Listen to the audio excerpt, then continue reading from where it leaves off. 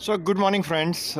This is Anand Takar from Nashik, and I am atop the hill which is called Pandavleni caves. These are very ancient caves, and there are about 24 of them along this ridge of this mountain, on the top of which I am now.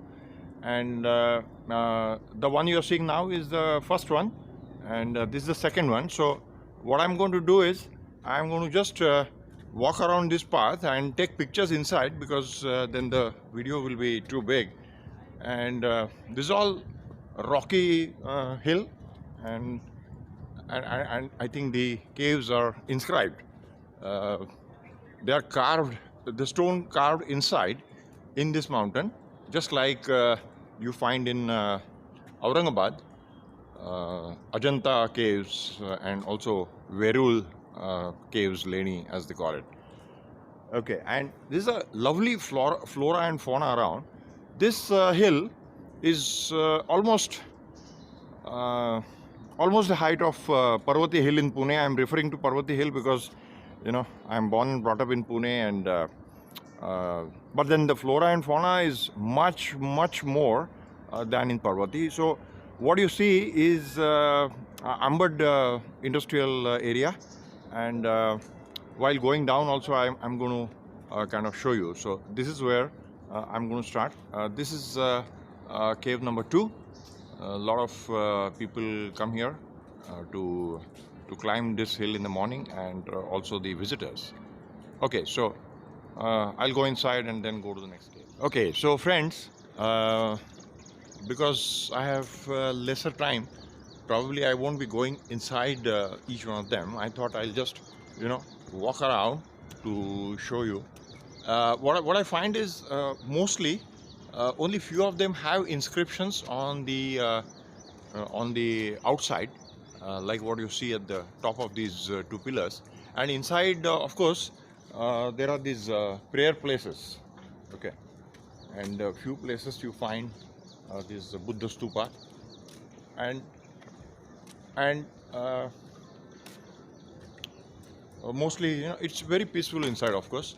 Okay, no sound coming from anywhere. So as you see, the pillars have a lot of carvings, and on the left side also here, and inside there are these small, very small prayer blocks, prayer places for each individual to sit and pray, like what you see inside. So of course there is an inscription here also, mostly Buddha. So there is a sitting Buddha inside. That's the inscription, the carving. And as you see, this is a rocky cliff. You can see the water dripping down. Of course, no rains right now, but rains have happened a lot.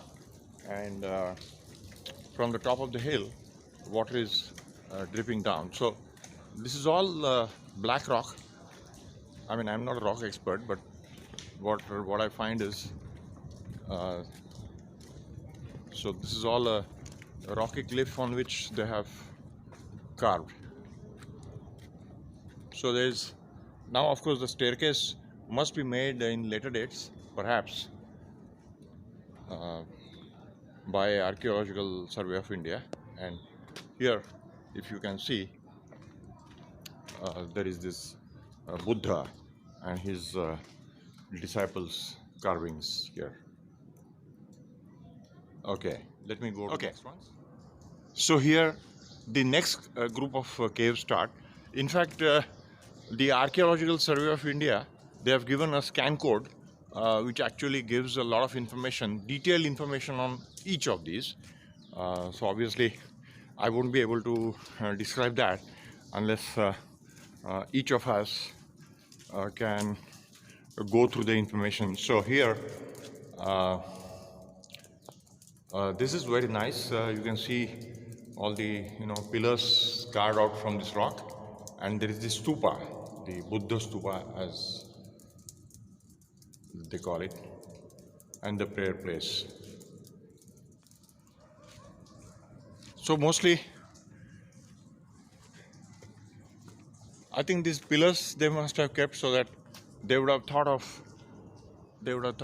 probably later years or after many centuries, uh, maybe rocks may give away, something like that, and they must have thought of that.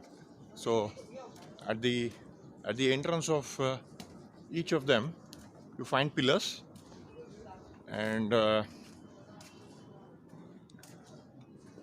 of course there are some pillars which are uh, later made by the Archaeological Survey of India to preserve the caves, which are obviously cement ones. So here is, I think, Ganesha and Hanumanji.